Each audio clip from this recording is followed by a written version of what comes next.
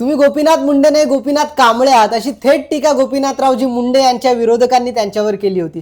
आता ही टीका का केली होती याच्या मागची इंटरेस्टिंग स्टोरी काय आहे तुम्हाला सांगतो. 80चं दशक होतं. मराठवाड्याचं संपूर्ण महाराष्ट्रामध्ये नामांतर चळवळ उभी राहिली होती. नामांतर चळवळ म्हणजे मराठवाडा युनिव्हर्सिटीला डॉक्टर बाबासाहेब आंबेडकर यांचं नाव देण्यासाठी एक चळवळ उभी राहिली होती. त्याला नामांतर चळवळ म्हणतात. या नामांतर चळवळीमध्ये फक्त गोपीनाथरावजी मुंडे यांनी बाहेरून समर्थन दिलं नव्हतं, तर ते थेट डॉक्टर बाबासाहेब आंबेडकर यांचं नाव मराठवाडा विद्यापीठाला द्यावं यासाठी रस्त्यावर उतरले होते. नाशिकमध्ये झालेल्या एका आंदोलनादरम्यान गोपीनाथरावजी मुंडे यांना ताब्यात घेण्यात आलं होतं. त्यांना येरवडा जेल येथे पाठवण्यात आलं होतं. तेथे त्यांना 14 दिवस थेट तुरुंगात काढावे लागले होते. गोपीनाथरावजी मुंडे यांची ही चळवळ बघता, हीच सक्रिय सहभागिता बघता काही विरोधकांनी त्यांना गोपीनाथ मुंडे नाही तर ते गोपीनाथ कांबळे आहेत अशी त्यांच्यावर टीका केली होती. परंतु समाजातील शोषित, वंचित, भटके, विमुक्त आणि दुर्बल घटकांसाठी नेहमीच लढा देणारे स्वर्गीय गोपीनाथरावजी मुंडे यांनी कुठल्याही टीकेला भीक घातली नाही.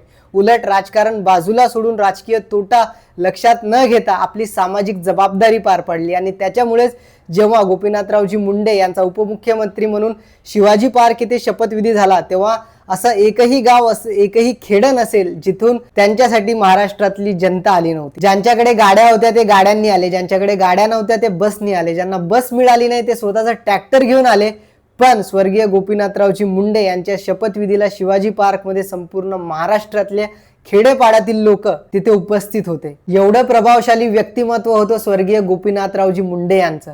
त्यांचं वाक्य आजही आठवतं. ते म्हणायचे की राजकारण हा माझा पिंड नाही, मी इथे समाजकारणासाठी आलोय. अशा लोकनेत्याला त्यांच्या स्मृतिदिनानिमित्त विनम्र आदरांजली.